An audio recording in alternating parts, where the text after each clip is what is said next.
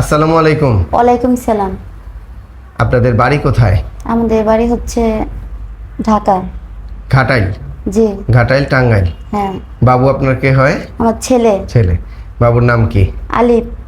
আলিফের অপারেশনের আগে কি কি সমস্যা ছিল? ওর হচ্ছে গলায় টনসিল ছিল, বড় বড় দুইটা হয়ে গেছিল, আর নাকে মাংস বাড়ছিল। অ্যাডিনয়েড ছিল। জি। হ্যাঁ। এটার জন্য বাবুর কি কি সমস্যা হতো অপারেশনের আগে? ঠিক মতন খাওয়া দাওয়া করতে পারতো না, জ্বর থাকতো, তারপরে মানে পরে পরে সময় ওই অসুস্থ হয়ে যাইতো। ব্যথার কথা বলতো? হ্যাঁ, ব্যথা বলতো, অনেক ব্যথা করে, গলায় কিছু খাইতে পারে না। ঘুমের সমস্যা হতো? হ্যাঁ, ঘুমের সমস্যা হইতো, ঘুম নাক ডাকতো জোরে হা জোরে। করে ঘুমাতো? হ্যাঁ। ঘুমানোর কোনো সমস্যা হতো বাবুর? ঘুমালে হা করে ঘুমাইতো, নাক ডাকতো? লাল পড়তো, মুখ মুখ গাল দিয়ে দিয়ে লালা লাল পড়তো, পড়তো? লালা হ্যাঁ। পড়তো।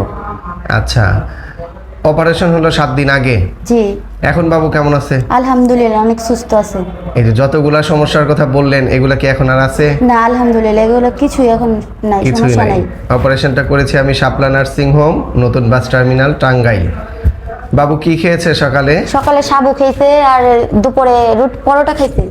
আচ্ছা, তাহলে তো আলহামদুলিল্লাহ সুস্থ হয়ে গেছে বাবু। হ্যাঁ, এখন খাইতে পারে, এখন আলহামদুলিল্লাহ অনেক সুস্থ আছে। বাবুর বয়স কত? 3 বছর। 3 বছর। আচ্ছা, একদমই ছোট বাবুর অপারেশন। এখন তো সুস্থ আছে বাবু? জি, আলহামদুলিল্লাহ অনেক সুস্থ আছে। আচ্ছা।